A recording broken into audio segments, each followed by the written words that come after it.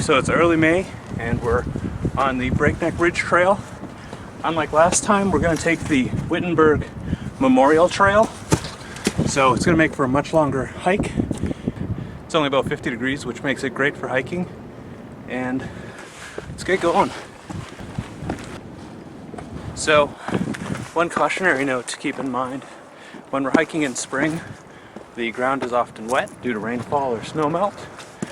So the ground might be loose, or of course, some of the rocks that are stuck in the ground, which are usually, really firmly planted, might also be loose. So be careful with your footing during spring. Alright, I see a stone structure just off in the distance a bit. One of the advantages of hiking during spring before the leaves are out is you can see further. Let's go have a look and see what the stone structure is. Looks kind of neat. Alright, so since it's right on the Hudson and it's really old and stone, and it looks like it's got some sort of embattlement sort of position looking over the Hudson. I'm guessing it's probably an old fort, maybe from the Civil War, I don't know. But right now it says 1912 New York water supply, so whatever it was, I guess it's owned by the city of New York now. Alright, so we made it to the second plateau. We're not really showing too much of what's going on this part of the hike because this is all covered pretty extensively on my other Breakneck Ridge hike. So until we get to the Breakneck Ridge bypass, we're not really going to do much filming.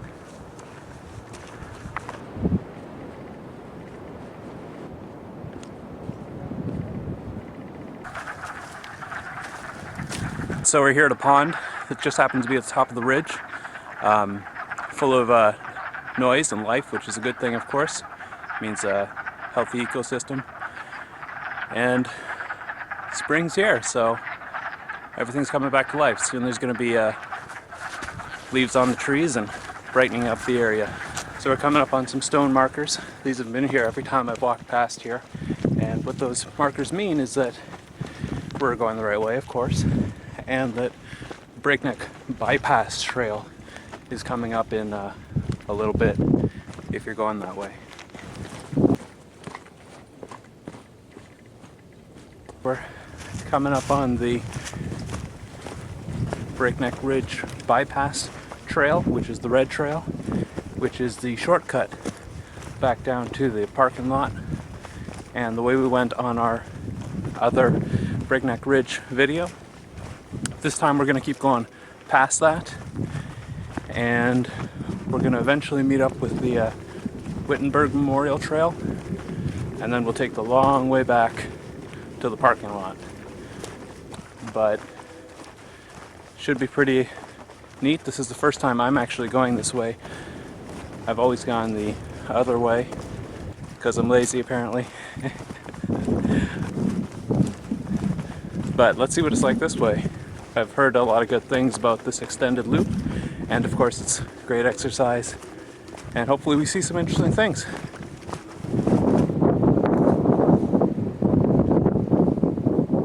Alright, so we're on what appears to be one of the highest peaks around. We can see lots of views of the Hudson Valley and the surrounding areas. Alright, so I'm just taking a minute to consult the map. It's the first time I've actually gone this route on the trail, so I want to make sure we don't get lost. So we got a bit of ways to go, so let's get going.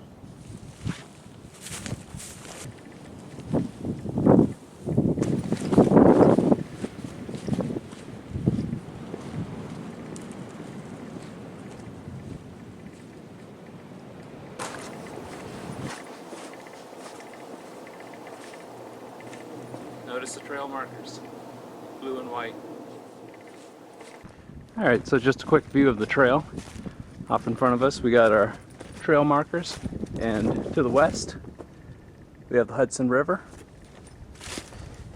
and off to the east we got a nice big hill, which we're not going up, but I guess it's there if you feel like it. But we're going to keep going along the trail.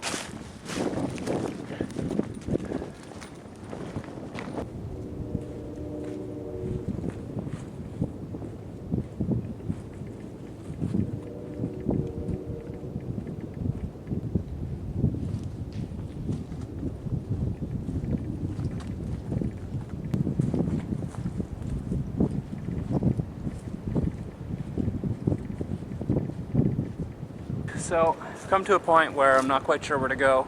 It looks like there's 3 potential paths. I'm not, but no markers. So there's one to my right, basically one in front of me, and one that goes off to the left.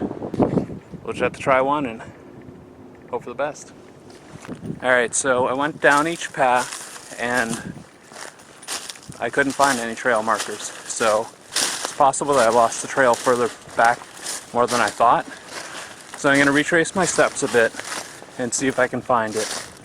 If not, I'm not concerned because I know the Hudson's just off to my west. I can see it the whole time, especially because there's no leaves on the trees right now. It's quite easy to see. And I can just kind of go along and make my own trail if I need to, but ideally I'd like to find the trail, so I'm going to try for that.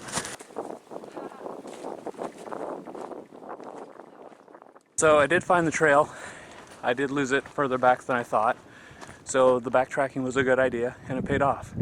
There's the trail markers, which are pretty well defined, and I noticed the 2 closest to me, and then I looked down here, what appears to be a trail, but isn't the trail we're supposed to be on. And if I looked a little more carefully, I'd notice those 2 more trail markers off in the distance, which clearly tell me to go this way. So, my fault.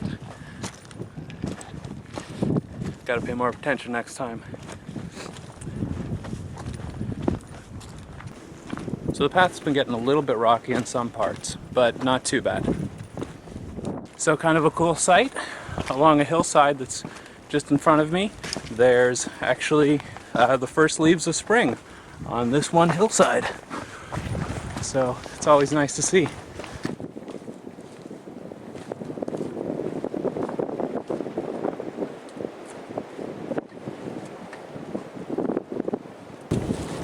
And of course, don't forget to take a break, get some liquid in you, and if you're so inclined, a little snack too.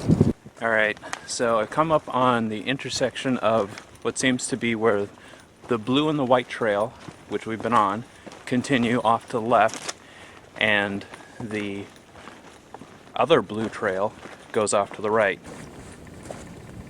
I'd also like to take a minute just to mention that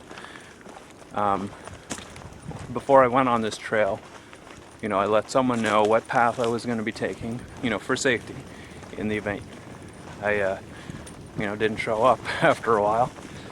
Alright, so coming across another intersection now. Now it's the intersection of the blue and the white trail.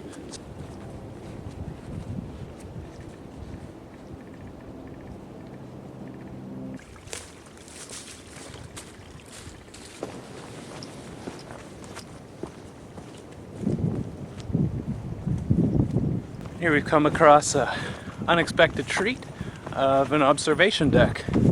So let's go up and have a nice look.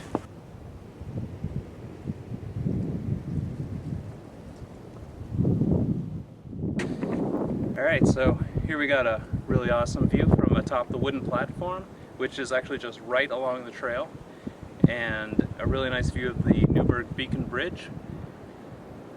It was a nice little unexpected surprise, so nice to see. And it's in good condition, so you don't have to worry too much about safety issues. Alright, so this is a bit of an unexpected situation here. And that's that there's a lot of snow on this fairly steep path going down. So obviously I gotta take it slowly and make sure I don't slip on any of these and, bump my head on a rock or something. I'm also surprised that I don't see any idler tracks, so I guess nobody else has been through this way recently. So I definitely want to make sure I don't get hurt, because it doesn't look like anyone's around here, which is surprising to me. Alright, so right in front of me is a nice fast moving stream, so I think I'm going to take this opportunity to fill up my water bottles, just in case I happen to be out here longer than I anticipate. I could treat this water if I wanted to. I do have pills, and I could have strained it through my shirt, but that water, trust me, is practically ice cold. It's definitely near freezing, so I don't think anything's living in it, so we'll probably be okay drinking it straight as is. And we just happened to be also at the yellow trail, which is where to catch the Wilkinson Memorial Trail.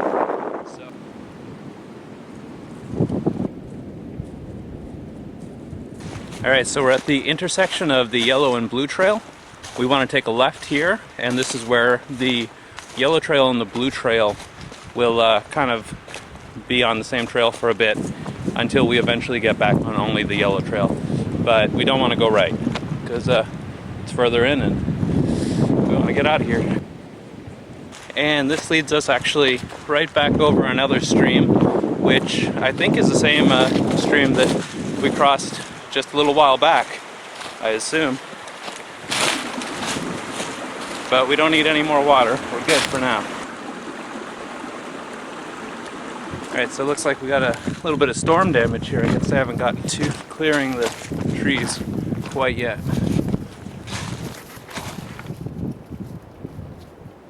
Must have been a really powerful wind that ripped that out of the ground. As you can see, it's all still very alive, and it just ripped straight out. And that's a big tree. I guess it was probably 30 or 40 feet. So we've come to the point where the yellow trail and blue trail diverge. So I want to make a right and follow the yellow trail. And from this point out, I just follow the yellow trail, and it's going to bring me straight back to the parking lot, which is great.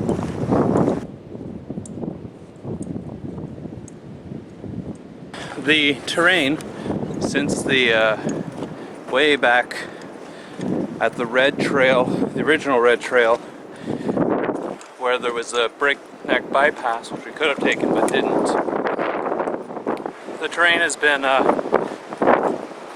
and down a lot, you know, not that bad, honestly, but mostly fairly flat, but some up parts and some down parts. And we just got through an up part. About the last 15 minutes was kind of pretty intense up. Not, you know, anywhere near as bad as at the start of this hike, but at about 6.5 hours in, it definitely felt pretty rough. But we're we're going along. We're pretty much back up on the ridge line now, so we can see the Hudson, and looks like we got maybe 2 hours of sunlight left.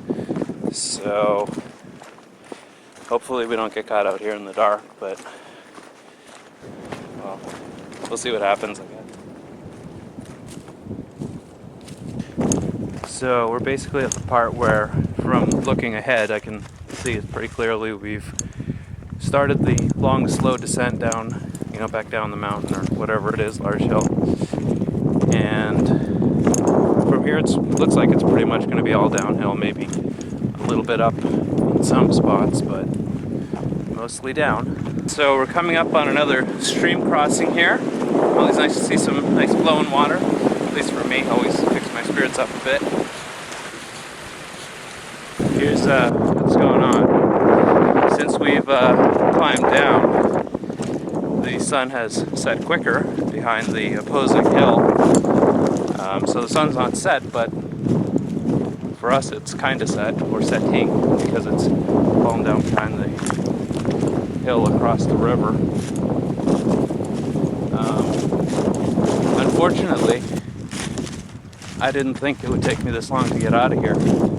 So I just have my t-shirt on, and I do have my red toque, which I'm going to put on, but I don't have a sleeping bag or coat or anything like that. So if it gets too dark, I really don't have any choice but to keep on going, because the nights have still been below freezing, and I think it's going to be below again tonight. So there's no way I can spend the night out here in a t-shirt. Obviously that can lead to some very bad results. So basically, just have to keep going. I think I'm probably about 2 hours left on the trail, maybe less, hopefully less. But there should still be some light, around, even though it's set behind the opposing mountain. So that's what's going on, and I don't want to rush though, because the last thing I want to do is give myself some sort of injury, because then I'd really be in trouble.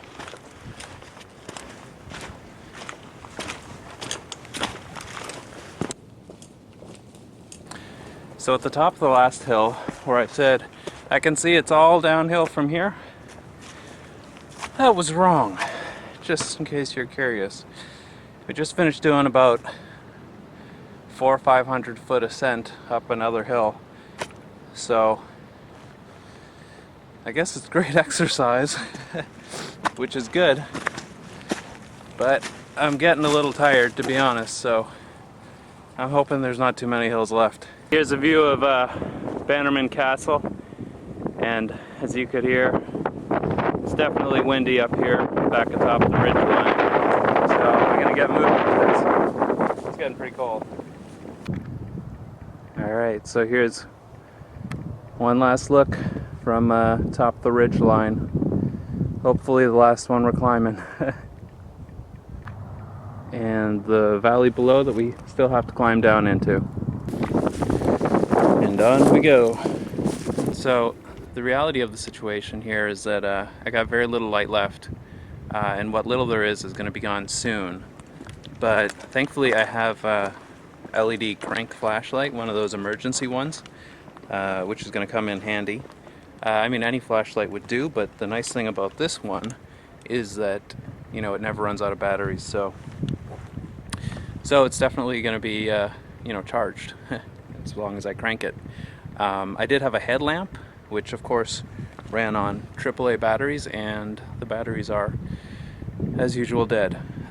So it's a good thing I brought this along, because it's getting hard to see the trail and hard to see the trail markers, and I'm still heading down the mountain, so I definitely need to be able to see where I'm going. So might be a good thing to add to your pack. Right, so here we have some great news. I don't know if you can see, but this is the intersection of the red trail, which means we're 20 or 30 minutes out from the parking lot. So this is where the Breakneck bypass would have taken us, and where it meets up with the yellow trail. So from here we just keep on following the yellow trail, and we'll be out of here real soon, which is great, because I'm pretty hungry and pretty cold, pretty tired. So, it's been a great hike. It was nice to see all those things, including the wooden tower, observation tower at the top, which I wasn't expecting. But I'm glad to be almost out of here. So let's get going.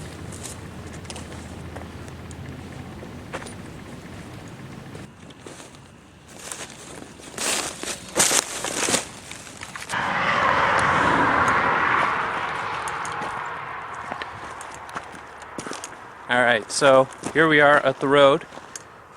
We just got to get to our car. It's pretty much done. Just a couple of minute walk to the car. It's been a fun hike. Obviously, some things could have been prepared better. Sorry, just got to make sure I'm not walking on the road here. It's oncoming traffic. Some things could have been prepared better. I could have did more research to find out how long it was actually going to take me to make the hike. And obviously I could have been more prepared for the cooler weather that came on as the daylight left us.